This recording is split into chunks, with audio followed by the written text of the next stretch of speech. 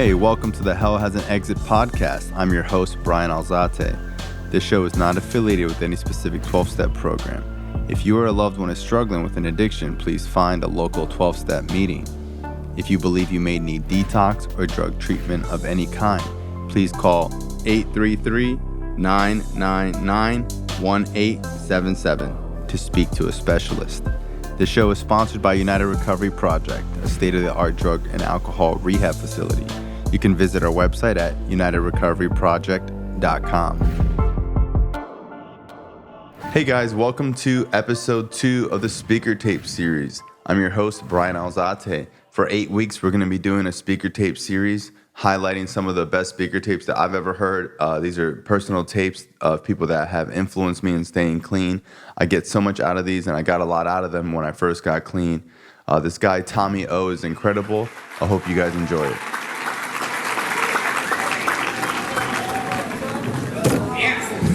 My name is Tommy, and I'm American. I want to thank the committee for inviting me down here, and I just wanted to say there's an amazing amount of work that goes into these conventions behind the scenes that a lot of us just take for granted. But the next Safrikman, they're already planning it. You know, that's how much work goes into it. So I give a round of applause to everybody.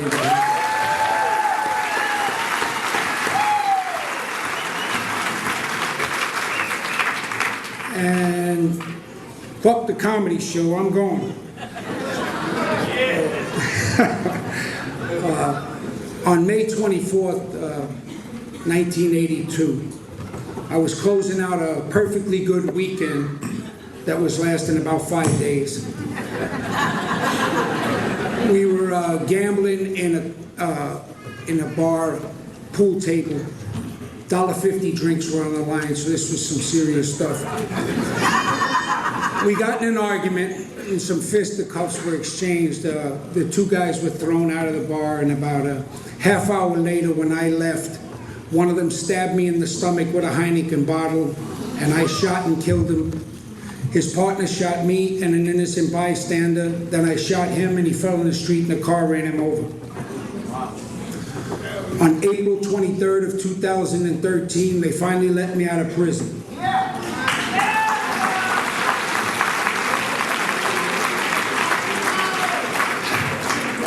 For those of you who are mathematically challenged like myself, that was 31 years of incarceration. I was 21 years old the night I walked out of that bar, and I was 53 years old when I left the maximum security facility at Elmira, New York. I was raised, it's funny, there's a hell of a lot of New Yorkers down here.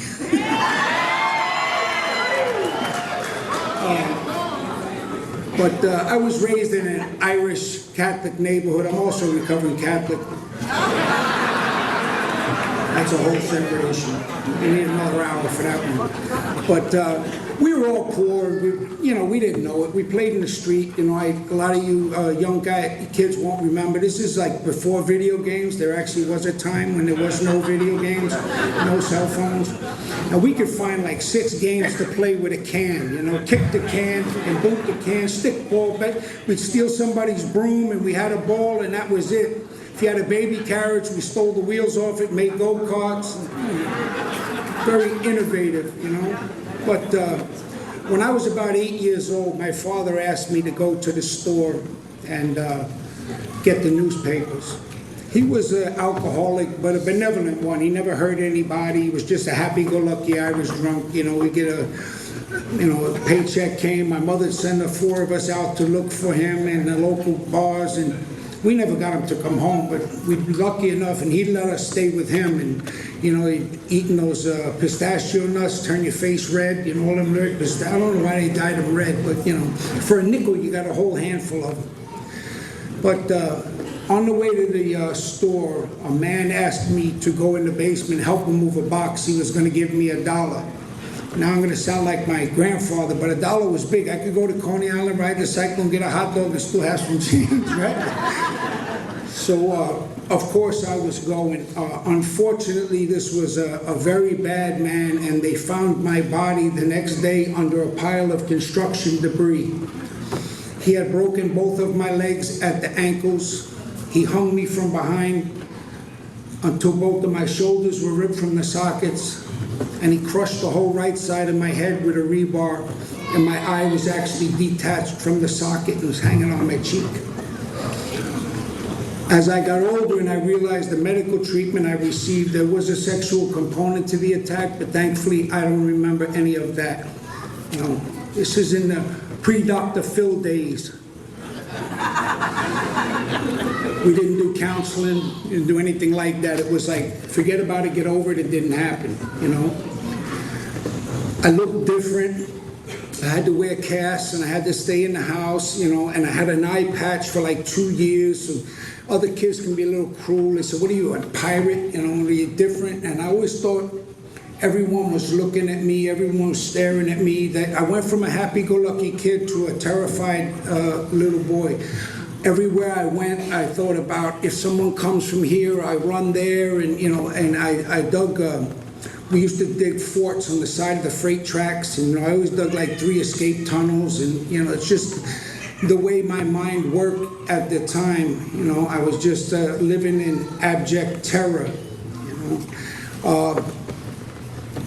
It was extremely difficult, looking different and everything. During that time, my parents got divorced, you know, and of course, egocentric kids, we think everything is about us. And I said, you know, because I let this guy catch me, my parents got divorced, and now my brothers and sisters hate me. And, you know, while I was home alone, my mother attempted suicide, and I remember pushing on the bathroom door, and my cast was sliding on the wooden floor. I couldn't get it. But I got the door open enough to see a pool of blood spreading on the white tiles from where she had slashed her wrists. You know, thankfully she survived, but it was really tough. You know, she was a very tough woman, God rest her soul. She was like a waitress in a place like this, a big catering hall where she carried heavy trays of food. And she remarried, and we moved to Queens Village. This was like going to the country. Where we lived in Woodside, there was like one patch of green grass on the side of the Brooklyn-Queens Expressway, and it was tilted like this. So we played baseball there, and every ball went to left field. If you were like a right fielder, you didn't get no run, you know? My father, being the good Irish joke that he is, he says, oh, that game is not on the level. So that was our grass, right? So I moved to Queens Village, and they had like Cunningham Park, Alley Park. I swear to God, I thought there were bears and deer and all kinds of shit. We were like hunting. It was just a completely different world. So I was walking down Jamaica Avenue one time, and I heard pop, pop, pop. I said, that's the answer. Guns. I don't ever have to be afraid again, you know? So I walked downstairs and I gave myself a job. I just walked there. So who is this kid? I said, I work here now. Don't worry about it. I had a boom. You know, we lived near the Gallo Wine Factory. You know, they used to put like 3 freight cars on the side at night, and they would unload them the next day. Being good, dedicated citizens, we would help them unload a little bit the night before. You remember them half-gallon jugs with the finger hole? We used to drink it like the Beverly Hillbillies, the green bottles, always showed them. To this day, if I see one of them fucking bottles, I want to puke. You know, that was my first drug. You know, I mention it because our literature does. You know, and I talked someone into buying me a pint of Bally High wine. That was the first thing I ever got high on. I said, nothing but the best screw top money can buy. Start out with the best, right? But from that point in time, I found a way to like chemically alter myself. It was the first time the fear went away. You know, a lot of us, for different reasons, I've been around long enough to hear the stories of my fellow addicts and find out that, you know, other grown men actually suffer from fear. And that was something that wasn't talked about where I came from. Men didn't do fear, only cowards did fear. And the only time I ever heard a grown man actually stand up and say he was motivated by fear was after I came into the rooms of Narcotics Anonymous.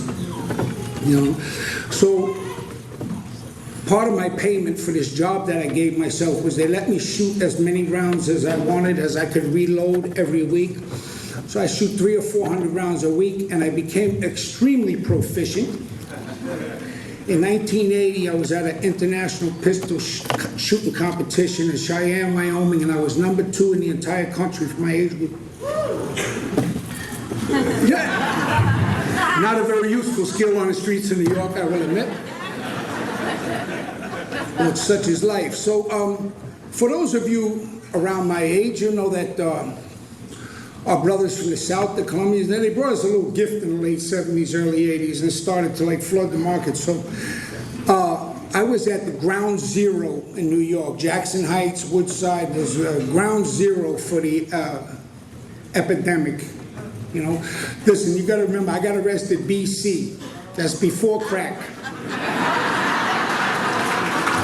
Got arrested way back there, right? So if you don't, stuff was pretty expensive back then, 100 grand, whatever, and ran up quite some bills, you know. So at first I would just fix their guns, you know, make them quiet. We won't get into that. The statute of limitations is not up. But my disease had taken me to the point where I had absolutely no regard for my own life. I was literally, in retrospect, trying to kill myself. I mean, I put myself in situations that no human being could reasonably expect to get out of alive, and I did that regularly. I had zero regard for my own life. I was my self-esteem was so low, and I was just down so far that I couldn't even see up, you know. So I eventually became the solution to the problems, and I was convicted of the contract murder of a DEA informant, and I was sentenced to life in prison. The judge told me, may the walls of the prison crumble before you ever walk the streets of this city again, you smiling, smirking henchman. I'll never forget, he was Irish prick too. So, you know, off to prison I go, and for those of you who don't know, prison sucks. So this is an insidious disease from which I suffer. So now I'm in prison, and my release date is like a toe tag on my foot, right? But the disease is telling me, hey, listen, things were great when you were just drinking. It was them fucking drugs that fuck shit up. When you get out, if you just drink, right? I got no release date, and this disease got me drinking again, right? We were drinking shit that was cooked in the toilet bowl, like 3 days, no wine before it's time, right? And you know you're a fucked up addict when you're willing to snort some shit that came out of a guy's ass like 5 minutes ago. And grateful to have it too, right? I see some tattoos out here. I know you motherfuckers were there. You know what I'm talking about. You know what I'm talking about. So, prison really sucks. So I escaped. In 1987, I rappelled 13 stories down the side of a building on a fire hose. The whole front page of the Daily News said, rope trick. Once again, I made my parents very proud. So I got this delusion. I said, if I go out and I change my name and I get a job and I don't do any drug, everything will be all right. They'll leave me alone. Well, I'll tell you, they're pretty serious about these prison sentences. They actually expect you to finish them when you start them. They don't really like that, like you went out for recreation and shit like that. They frown upon it, right? But I'm sticking to the plan. So I moved to Philadelphia. I changed my name. Yeah, Philly's in the house. I moved to Philadelphia. I changed my name, and I got married, okay? The girl I married was from Belfast, Northern Ireland, total square, never even saw marijuana, right? So I'm sticking to the plan. Somebody asked me to tell this story, they heard it, so... Go ahead, you come up and do it. Anyway. So, it's funny as hell. We're on a date, a regular old date, me and another couple and my wife, and we're drunk as fuck, and we go to Philadelphia Zoo, right? So, I get in a staring contest with this bald eagle. They're like, come on, come on. I said, no, me and the eagle are bonding. I'm staring at the eagle. I said, yeah, I know. It sucks. You're in the cage. So that night, me and the other idiot decided to go back to the Philadelphia Zoo to free the eagle. We get a pair of bolt cutters. I'm crawling through fucking tiger cages, looking for the fucking eagle. So fucked up I can't find him, right? But I'm a dedicated addict, and I ain't giving up on this fucking plan. I gotta free the eagle now, right? We get these ideas. So I said, what I need is a local guide. I said, someone from Philadelphia will guide us to the eagle, and we'll complete the mission, right? So the next weekend, I'm in a bar, and you could pretty much assume you're on the wrong track when another fucking drunk tells you, what are you, crazy? So I tell the guy, I said, listen, you gotta come with us. We're going to the zoo. He said, the fucking zoo is closed. I said, I know, but we gotta free the eagle. We're gonna get the bolt cutters. He said, what are you, fucking nuts? I said, no, I'm serious as cancer, right? So he says, every school kid in Philadelphia knows that eagle only has one fucking wing. He can't fly. So quite possibly the drug alcohol is a problem in and of itself. It's got me crawling through tiger cages to free an eagle that can't fly. So the federal authorities thought I had quite enough fun, and they kicked every window and door in the house, and boom, boom, flipped me over looking for tattoos. Bing, bing, bing, that's him, you got him. So they hooked me up, and the new wife is there, and she's got like a t-shirt on. She's, you know, what's his bail? Where you taking him? What's going on? They said, bail? Lady, this guy's a convicted contract killer. He escaped from prison, and he's serving a life sentence. She said, I said, come on, cover her up. You know, I asked her sticking out. I said, cover poor girl up. I said, can I speak to her before you take me away? They said, sure, so go ahead. I said, listen. I said, honey, I haven't been entirely truthful with you. She said, but Bobby. I said, my name's Tommy. Glad to meet you. That crazy broad stayed married to me for 19 years, but I need a whole nother hour for that one.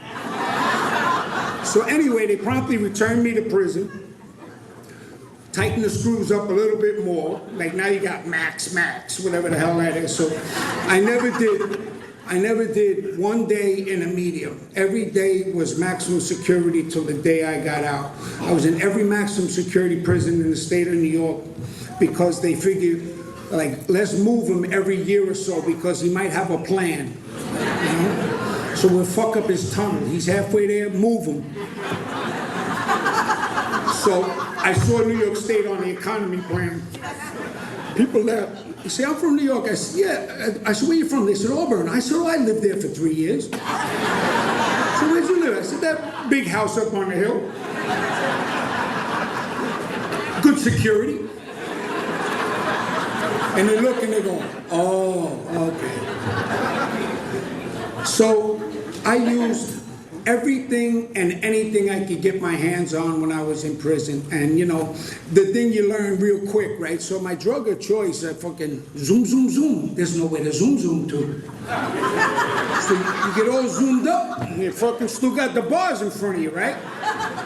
So I decided to turn it in the other direction, right? So now I figured, this is my theory, I said, for every hour I was nodding, I said, the governor didn't get that fucking time. I wasn't here for that. So we found new and innovative ways to get high every fucking day, some way, somehow. And it really is to the point of retard. I don't want to say that word. So the whole time, I'm getting what they call conjugal visits, family reunion visits, right? Every other month you get to spend like 2 or 3 days out in the trailer program with the wife. You go out and there's normal food, cooking, you know, and everything that comes along with being married. So, boom. I really enjoyed that. You know, it was like the only thing I really had to look forward to. So eventually I tested positive after I knew every fucking trick in the book to beat urine tests. I mean, I made devices that squeeze between your cheeks and you squeeze them and it looks like it's coming out of your thing. I'll tell you about it later. But I made devices that are now patent pending, you know what I mean? Fake urinalysis machines. So they caught me one time, like 6 o'clock in the morning. Said, stand up, don't touch anything, move over here, and they got me, right? So I tested positive. What they do, I was in this place called Shongunk, and it's like the max prison. It's like a prison within the prison. So to avoid any problems, when you're going to solitary confinement, they come and get you during the count, when everybody else is locked in, so it won't create a problem. So I knew they were coming.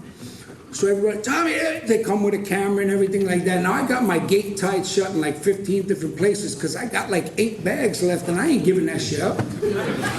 So they got me on camera and they're like, put that down, fuck you. And I'm right on camera. I said, what are you doing? What's it look like I'm fucking doing? I'm finishing this shit. I'm already busted. What the fuck? I'm gonna go solitary? You're gonna be alone in a lone cell. So, all fun and games over, I OD'd, right?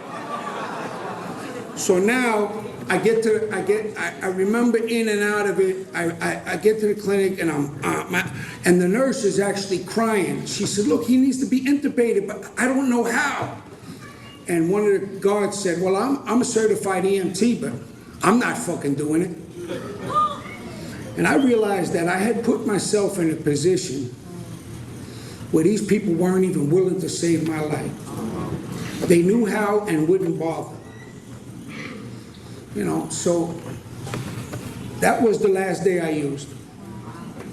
When I woke up the next day and they took me to solitary confinement, the desire to use was gone. It was complete. I don't know how. You know, I didn't say the prayer. I went to this, we talk about these epiphanies, these higher power moments. I went to this Residents Encounter Christ weekend, right?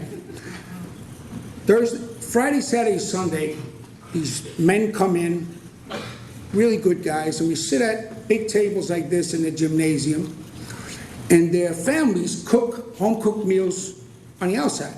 Pork chops, fried chicken, all kinds of crazy shit. If you didn't know, prison food sucks.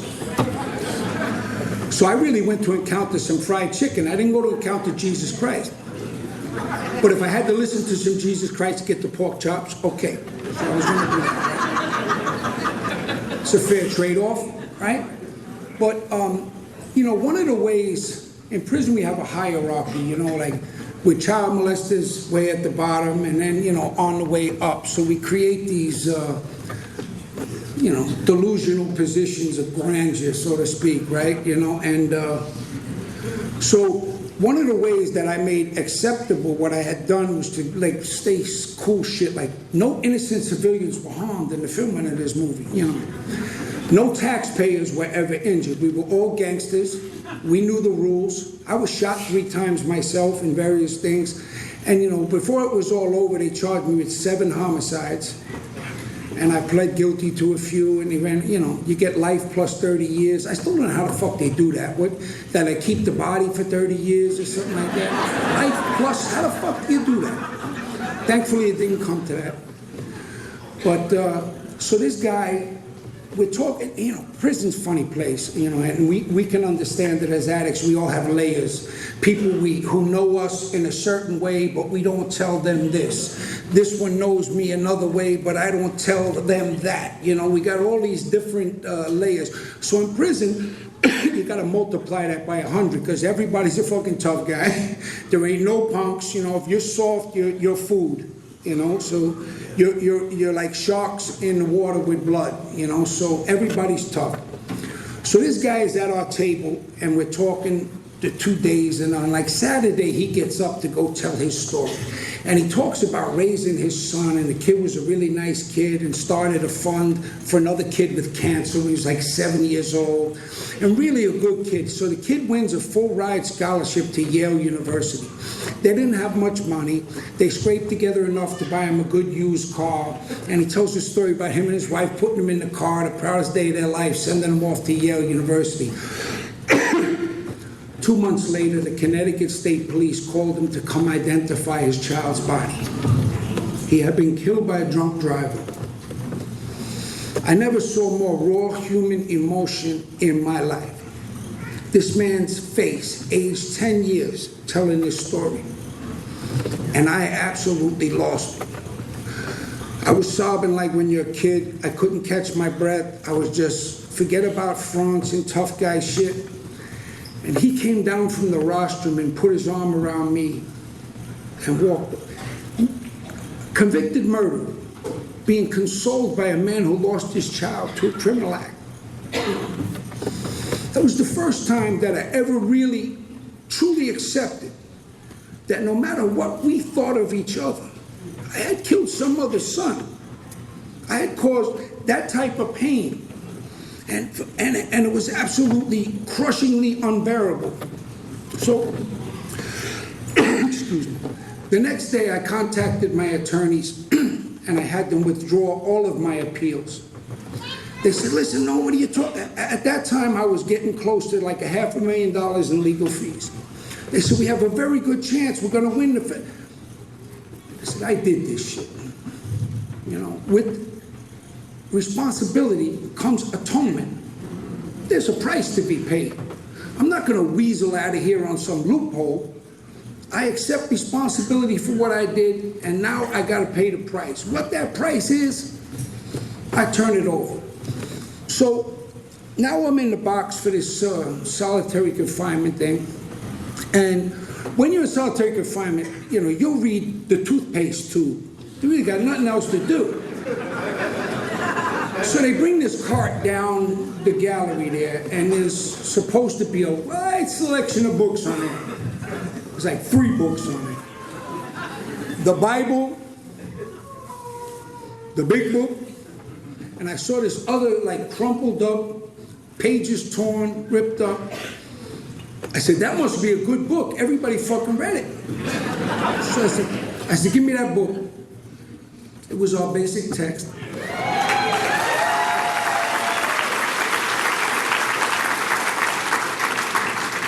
No greater value can be had than to send a basic text into a correctional facility or prison. We will read the covers off that thing. God bless everybody from H&I. I bought one of those books. I wish I had more money to buy more. I wrote a thing in there about my story briefly to the person who's going to get that there is hope, you know, stick with this program. So I read the basic text, and I especially read the stories, because this addict stuff is from the disease of terminal uniqueness. So nobody liked me, nobody went where I went, nobody did what I did, so you can't tell me shit. So I read those stories. And it was like, wow, I did that. Yeah, I thought like that. Yeah, well, I didn't do that yet. You know? So when I got out of the box, they told me, you have to, if you want your family reunion visits back, the trailer visits, remember those? You have to do 6 months of an alternative program. So I said, what's that? They said AA or NA. Well, being a good addict, I said, look, if I take them both, can I get it back in 90 days? We're always looking for the angle, right? So the answer was no. Pick one. And of course, because of the book that I had read and the stories that I had seen, I picked NA. Now, I wasn't honest, I wasn't open-minded, I wasn't willing. I went there to kind of like hang out till the heat died down, you know? So when I got to these meetings, what I did was, see, as lifers, we're strange people. You have to be there to understand this. We have these conversations like in the yard, like, hey, listen, what would you do to get out of here? I mean, absolutely free, nothing hanging over your head, you're free. Would you cut off your hand? Well, which hand? Ladies, sorry, but one hand's more important to men in prison than the other one. Just saying, look, we're all adults here. So, yes, I would cut off my hand. Would you cut off your leg? Above the knee or below the knee? I saw that guy in the Olympics with that springy thing. You can do pretty fucking good with that thing. So before this conversation is over, I'm all stumped the fuck up, but I'm getting out of prison, right? That's how bad we want out. So what could possibly induce free men to come in this place that we would cut off our limbs to get out of? It's got to be a scam involved, and I'm going to figure it out. That was my mission, right? Hey guys, want to talk to you about United Recovery Project. We're a state-of-the-art drug and alcohol rehab facility. We have 3 locations in Florida and 3 locations in California. Our facilities are state-of-the-art, luxury, and high-end. We do take most insurances. If you're struggling, I always tell people to go to a 12-step meeting, but some of us need an extra head start to give us a fighting chance. For those of you that do need this head start, that are detoxing, that do think you need to speak to a professional, please call 833-999-1877. We are working with most insurances. Even if you can't get into our treatment center, we will point you in the right direction. Please give us a call today. Once again, that phone number is 833-999-1877. So my first genius idea was, I said, they gotta be gay, right? So that's my big head ego, right? Some free gay guy is coming to prison to find me, right?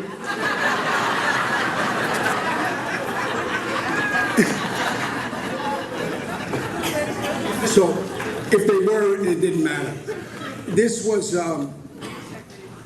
what saved my life, was the honest, open sharing of my fellow addicts. Those guys systematically knocked the bricks in my wall of term uniqueness into the next century. I listened with an open mind, and they kicked the bricks right out of my wall. And that's when I heard the guy speak about, fear, and I looked around and I said, did he actually say that? Nobody judged him, When you can get guys in prison that, for those of you who are there, very separated, whether it's racial, it's by where you live, New York City, upstate, and call them hillbillies, wherever the hell, it's all divided. In that meeting, those walls were gone. We would actually go and talk to another member and say, hey, listen, you all right? I didn't see you at the meeting last night. That was unheard of. When we built that trust in that meeting, that we could say what was ever on our minds and it would stay there, real recovery began. I had been in prison for so long that I no longer even dreamed outside the walls. I could be with the most beautiful woman in the world and it would be in a prison cell. I could be having a meal with my family and it would be in the mess hall. 4 years after coming into the rooms of Narcotics Anonymous, I had my first dream outside the wall in over 20 years. This program truly sets you free, okay? The greatest prison I was ever in was right up here in my own head.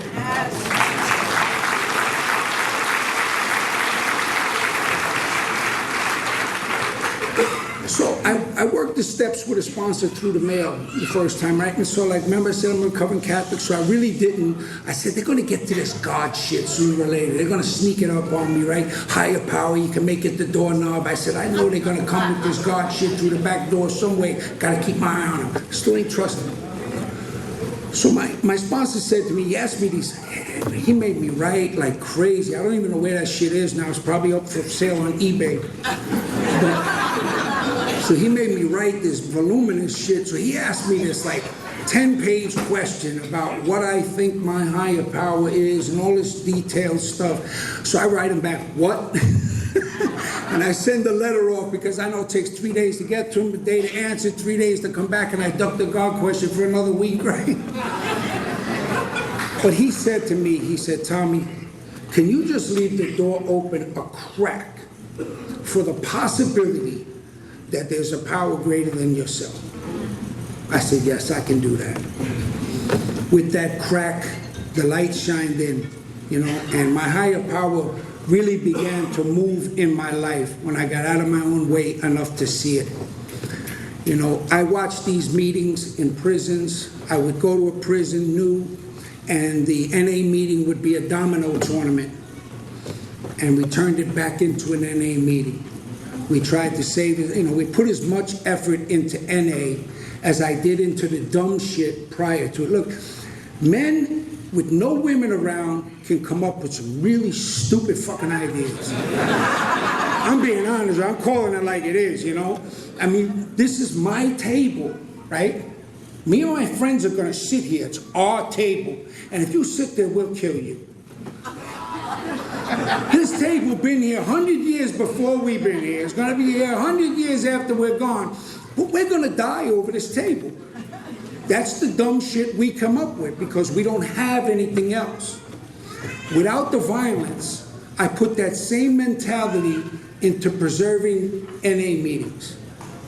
I began to protect the meeting like I put my life on the line to protect that table because that meeting was actually saving lives and not taking lives.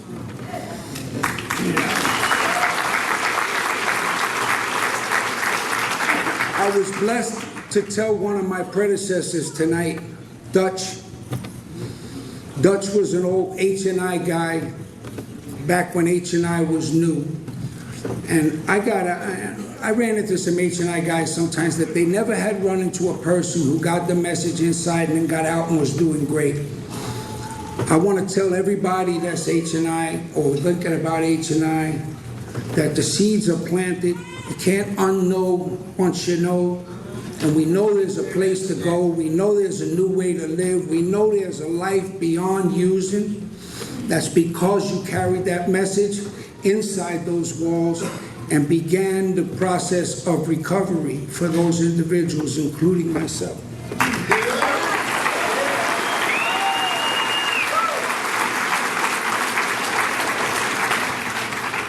So I got the bladder of a gerbil, and I should have took a piss before I started. Now I'm okay. So anyway, I got a few, not weaseling, I got a few of my sentences running together, you know. So I wound up with finally done, all in, 27 years, 8 months to life. Weird number, but that's what it was. So I went to my first board, and there was 2 commissioners there. There's normally 3. So one said yes, one said no. I was amazed that anybody would even say yes. So it's called a lack of consensus. You go back to your next board the next month. Next month, 2 commissioners again. They both say, get the fuck out of here. No, 2 years, right? So I do my 2 years. What do I do in those 2 years? I continue to study. I went to prison with a 7th grade education, okay? I got my GED. I studied and got a college degree. Then I became a certified New York State teacher's aide and helped over 3,500 young men get their GEDs.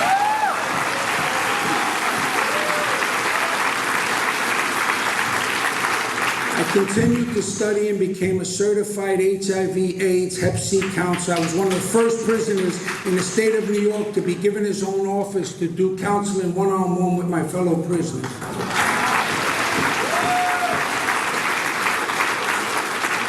So after I got hit with the 2 years, I did a 1-year apprenticeship and 2,000 hours of training, and I became a certified peer counselor in the process of family something or other. I forget. I got certified in another one. It was a social living skills counselor. So I didn't allow that hit to define who I was, that I kept moving forward like this program tells us. Life on life's terms. We're going to have to deal with some adversities, but we need not use over it. There's a way to go forward. So the next time I went to the parole board and I had 3 commissioners. One of them was the lady who voted yes in the first board. So all I got to do is win one of the other 2, and I'm sliding on out of here, right?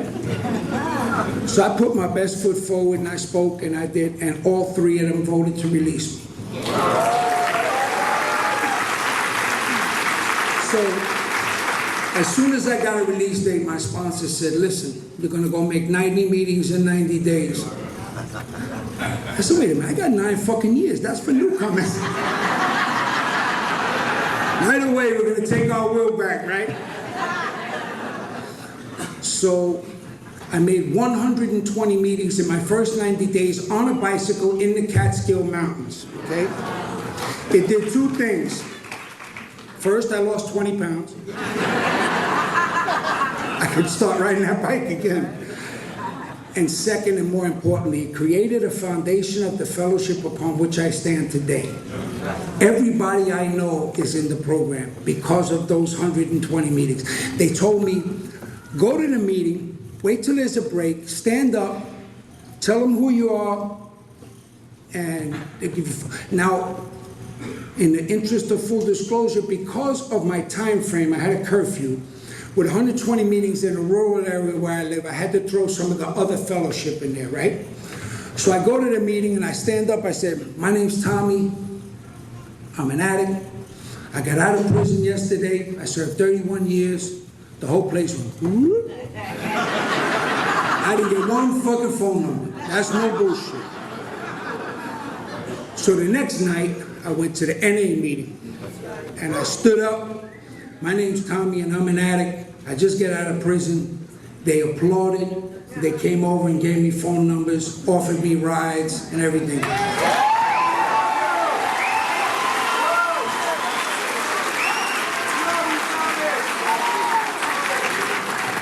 I love Narcotics Anonymous. We truly understand each other and we will love you till you learn to love yourself. If you're new, please keep coming back. You know, there's a reason the windshield in my car is so big and my rearview mirror is so small. What's behind me is not that important. I can't change it. It's what's right in front of the bumper that we need to pay attention to. So you got to remember, I got arrested before cell phones. They were as big as a brick. They came in a backpack and like 3 people had them. So I come out into this new world and they hand me, there's like 12 of my family members, and they hand me an iPhone 4. And they say, listen, all the numbers are in there, just press the name and blah, blah, blah, and you can tell Siri, and Siri, I don't know who the fuck Siri is, right? So I'm saying, yeah. So I say, okay. Now we're driving back across the state in my sister's car, and she says, call Dave. So he's my brother, he's in another car. I said, okay, cool, I got a phone, I'll call him. She said, no, I told the car to call Dave. I said, get the fuck out of here. This is some Star Wars shit here, right? The fucking car called him. I'm like, who the fuck is that? And he's on the phone. Man. So I just live an amazing life. I went into Sam's Club and almost had an epileptic fucking seizure. There was like TVs the size of a van. Like this, you know? I had a little black and white TV that goes in the museum now when I was a kid.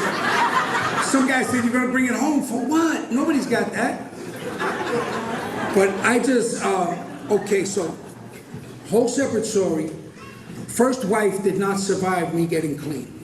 Okay, for whatever reason, we'll not get into that, but that's just a message to other people who are new to recovery that, you know, we just learn to deal with things. We don't know who we are. I didn't know who I was clean.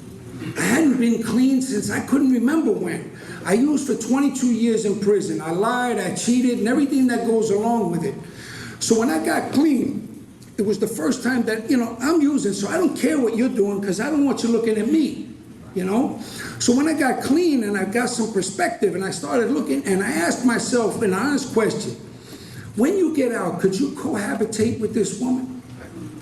And the answer was honestly no.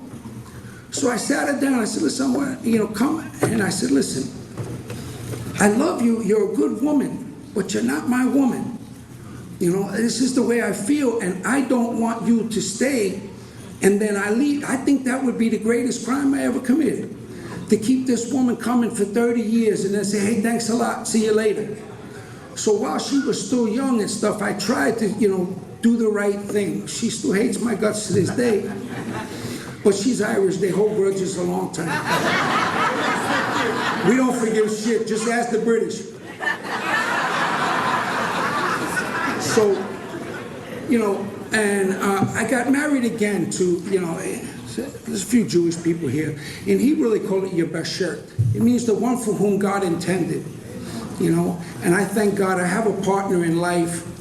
She's in the fellowship. She has 35 years clean. She got clean when she was 17, and she happens to be the chair of the World Board of Narcotics Anonymous right now. Service on a whole different level, you know. I am humbled by the things that she does, and she's totally selfless. She was at the international convention down in Orlando, and you never saw her. She didn't go on a stage one time. She didn't do any of that stuff. She's a behind-the-scenes person, like a lot of you guys that were working here. That's why I got such respect when I see people manning these tables and wearing these shirts and telling you where to go, from the smallest to the littlest. We're all trusted servants, and we do a job, and I'm so grateful that you do. Really am.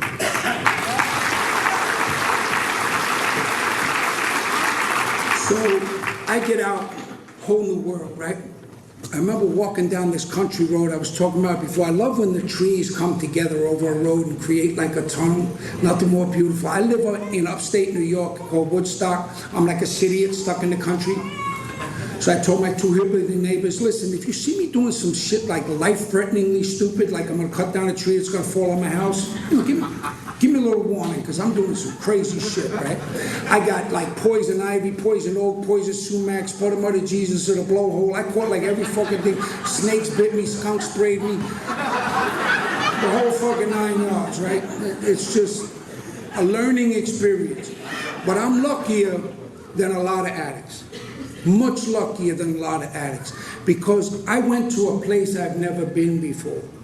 I don't have to go back to people, places, and things. It's very difficult. And if you do, I strongly suggest that you get a home group, you get a sponsor, you work some steps, take a commitment, and immerse yourself in the fellowship of love and hope. This is where your life will change. I'm not strong enough to go around. When I first got clean, I went back out in the yard and I was like, gonna lead the charge to LA. Come with me, I found the better way, right?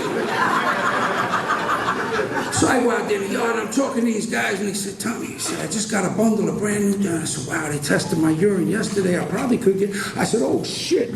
I found out I was a lot more likely to stay there with them than they were to come with me. And they're living in, that's why I love that painting that was reaching down into the dark hole. Because when they're living in a dark place. I'm not going in there. But if you wanted to come out in the light, my hand is extended. I'll bring you home, but you have to take the first step. That's nothing spectacular, because it was done for me, and it's the only reason I'm here. We can only keep what we have by giving it away. I learned that right here. You know, I only keep, so the wife and I are walking down this country lane, and I get to about 200 yards, and I wanted to make a left turn bad as hell. I was like, what the fuck? And I realized that that was the distance of like the biggest prison yard I had ever been in. I hadn't walked in a straight line more than 200 yards in over 30 years. It was like a magical breakthrough moment. You know, I just kept walking. So I did everything I said. I got the home group, I got everything. So now I'm going to get into some recovery here. Now I have all these certifications as a counselor. So I go up to Albany to work with this Father Peter Young.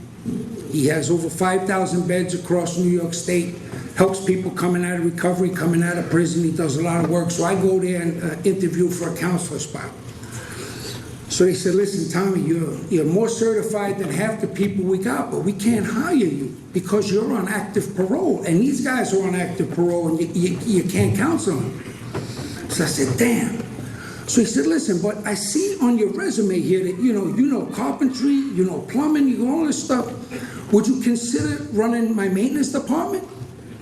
Now the old addict would have said, man, fuck you, that ain't the job I came for. It wasn't the job I came for, but it damn sure was the job I needed, right? I got a 30-year gap in my resume. There ain't a whole lot of people jumping out the window to hire a professional license plate maker, right?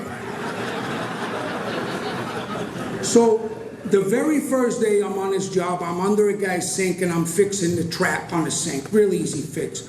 He's on the phone, he's arguing with his girlfriend. Blah, blah, blah, they're going back and forth. I got one ear on it, but I'm busy. He said, well, fuck you then, you don't believe it, da, da, da. So he gets on the phone, he calls his mother. and he's trying to get some money or something. I caught the tail end of it. He said, well, then if nobody's believing me, then fuck it, I'm going to go out and get high. And I said, whoop. I popped out from under the sink. I said, can I talk to you for a minute? I kept him talking for 45 minutes till the sponsor got there and took him to a meeting.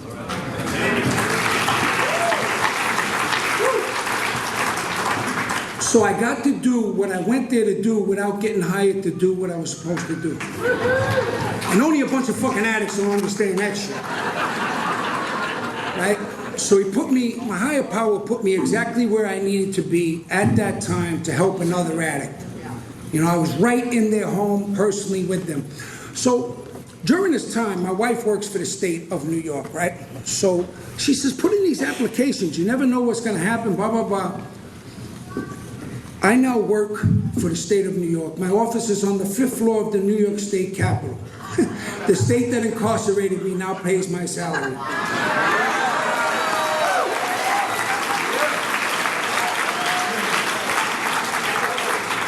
I work for the New York State Assembly. I don't know if politics is the same down here, but it's probably the only job I could get where I'm not the biggest crook in the room.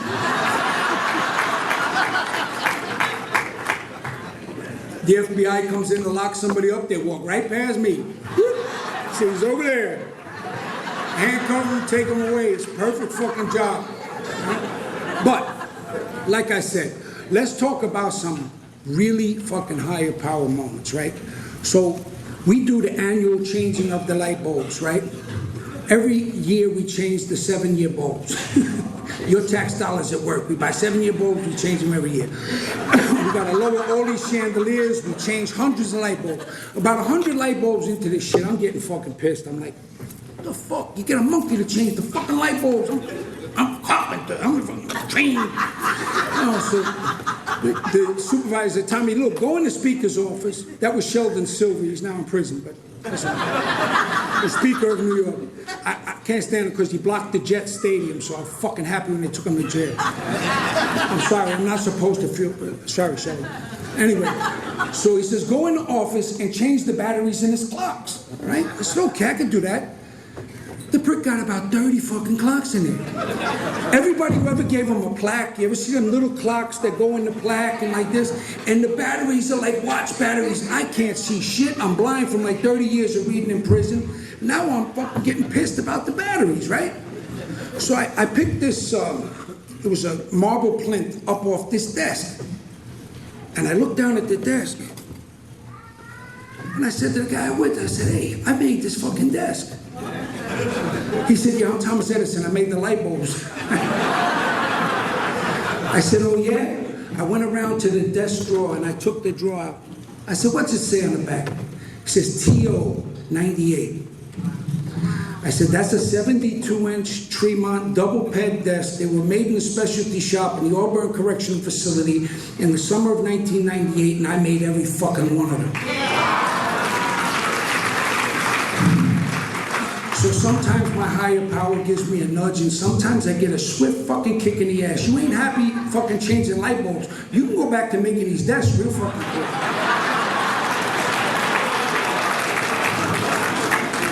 Absolutely what I needed to hear.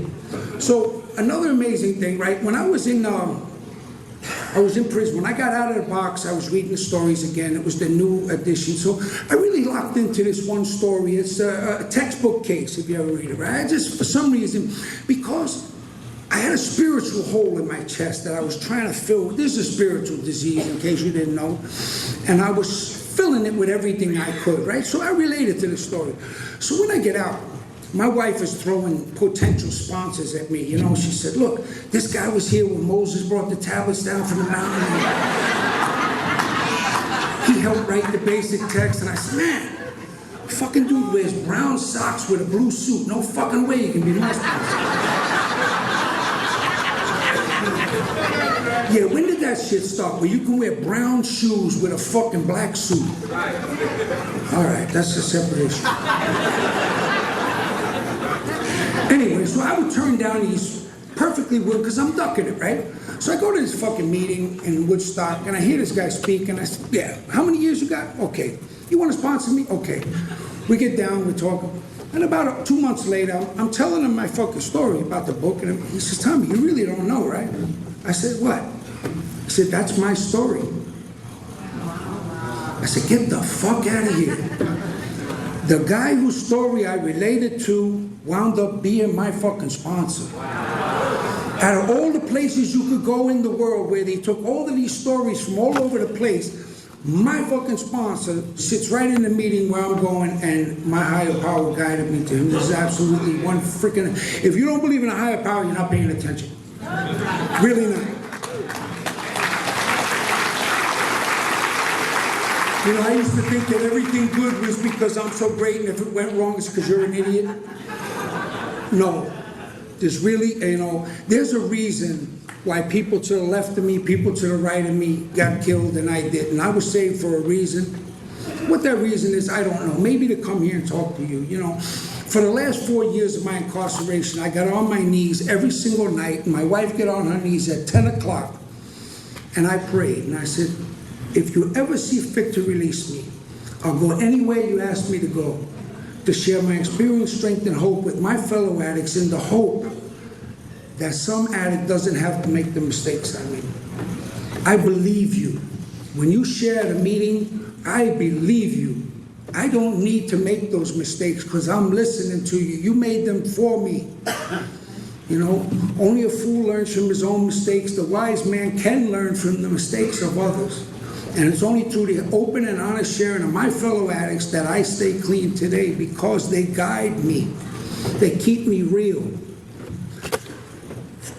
The comedy show, I can make you laugh. Hang on, we're getting to it. Every time I get done speaking, I say, oh shit, I should have said that. I forgot to say this, I didn't say that. Everybody does that, right? So I'm trying to remember all the things I wanted to say when I was waiting here for 4 hours to speak.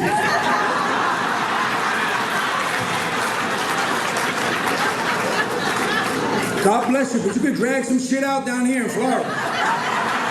Woo! I was outside smoking a cigar, and the guy said, we gotta go inside, we gotta hear the speaker. I said, don't worry, you ain't gonna miss him, he sucks anyway. The guy said, no, they're gonna start. I said, I guarantee you the speaker's not gonna stop. I said, I'm the speaker, just sitting, light up another cigarette. Verrickner, whatever that thing is. So,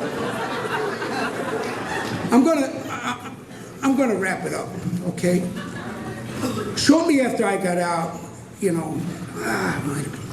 both of my parents passed away when I was in prison. I didn't get an opportunity to attend their funeral. My father, God rest his soul, got into the other fellowship for the last 5 years of his life and died sober.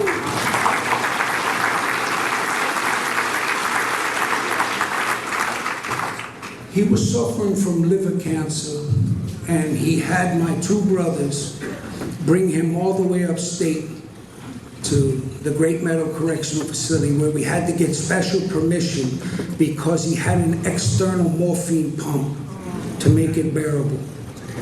And he came up and he sent my 2 brothers away, and he said, listen, I want to apologize to you for my alcoholism and, the way your life turned out. This good man, a good man.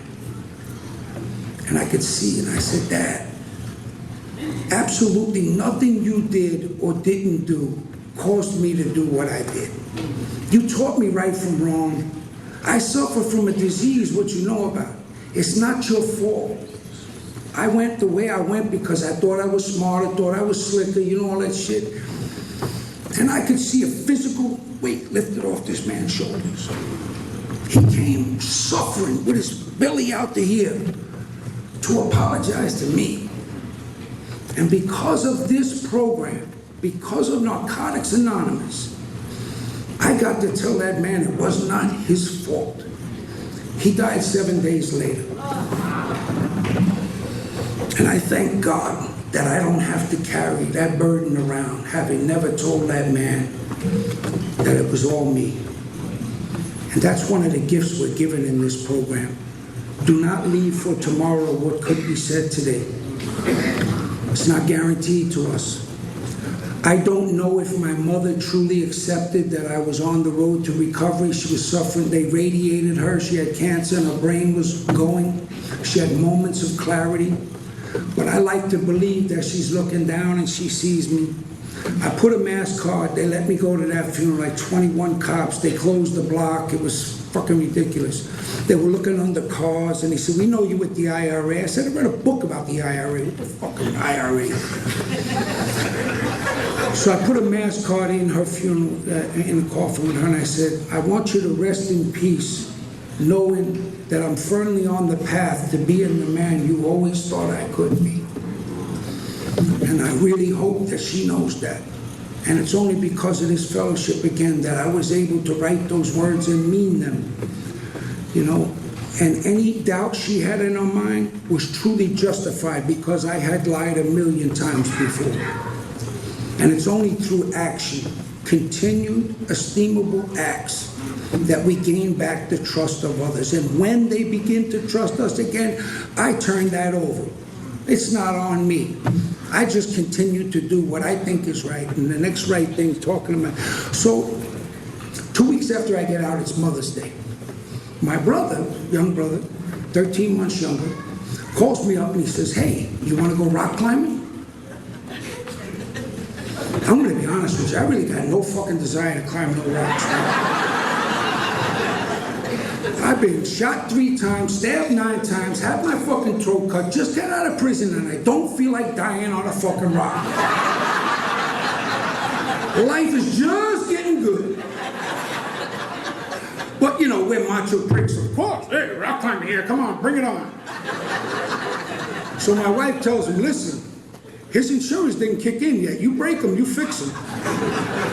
So we go down to the Shongun Cliffs, right? We used to sit in the yard in the Shongun prison, and we used to look at these cliffs, because it was New Paltz, where the college is. And we used to hang around there in the 70s. We used to steal a U-Haul truck, buy a keg of beer, drive up to the fucking woods, get drunk, burn the car, and hitchhike back. Seemed like a good idea at the time. But the 70s, you guys remember, that was the letter era. I don't understand it. LSD, DMT, SDP, PCP, everything was a letter back then. And we did it all. So I was in the woods expanding my mind, right? Fucking eating tree bark, all kinds of dumb shit, right? So I used to tell the guys in the prison, "Yeah, that's the New Paltz." They said, yeah, we know. Shut the fuck up with them woods already.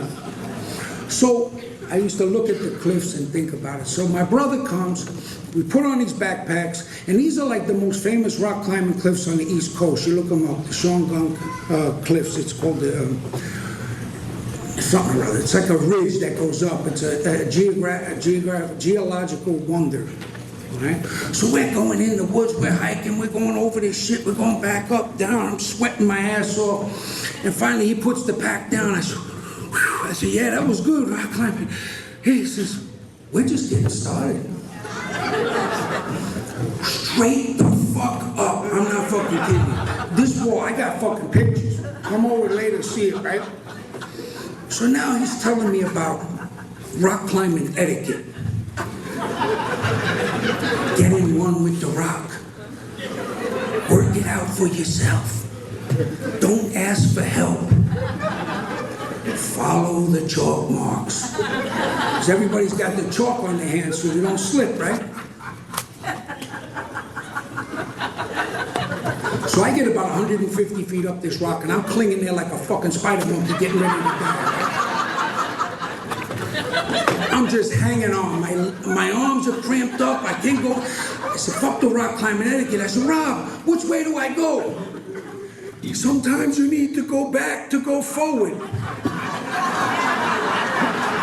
Listen, I don't need any philosophical bullshit right now. I need some fucking help, right?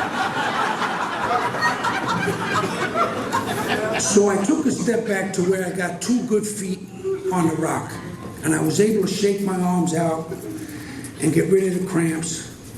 And I look up above me and there's a fucking buzzard flying above my head. Right? It's a fucking vulture.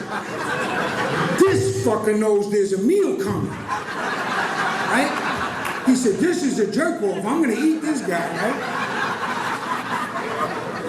So I shake out my arms, and when I look back up, I saw 3 different chalk marks, 3 different ways to go. And I remain teachable every day of my life, and this program teaches us that, to try to remain open. And that's just, I used to think if I had 3 choices, A, B, and C, they all suck, but which one sucks the least because I have to choose, right? I learned right here in this fellowship that I can decide not to choose. I can take a step back, wait for my higher power to show me the way, call a fellow addict who may have some insight into this particular problem, and just take a step back and slow down. And I learned that right here. So I took that step back, I saw the 3 different ways to go, and I continued to climb, right? So I got to the top and I flopped over on the rock. It was an overcast day, and this is some biblical shit. It's Mother's Day, right? The sky opens up and a shaft of light comes down and hits me on top of the rock. And I looked off to the south, and I saw the gun tower over the prison yard where I used to sit. And I told my brother, I said, listen, I'm going to need a minute up here. And I cried for about a half an hour. These tears are just confirmation that I have not lost my humanity. I cried for all the men I left behind. I cried for the years I lost.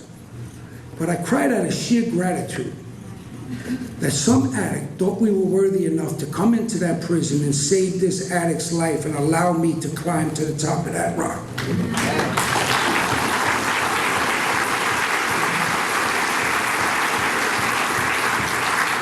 This fellowship has taken me all over the world.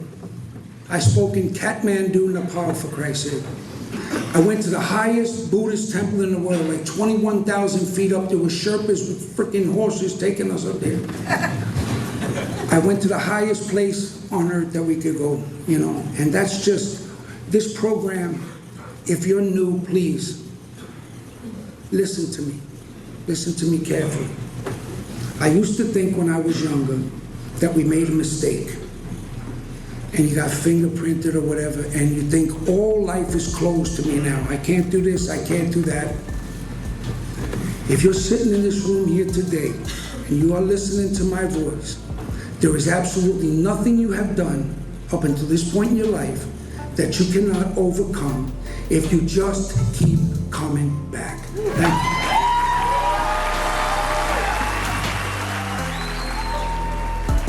This show is not affiliated with any specific 12-step program. If you or a loved one is struggling with an addiction, please find a local 12-step meeting. If you believe you may need detox or drug treatment of any kind, please call 833-999-1877 to speak to a specialist. This show is sponsored by United Recovery Project, a state-of-the-art drug and alcohol rehab facility. You can visit our website at unitedrecoveryproject.com.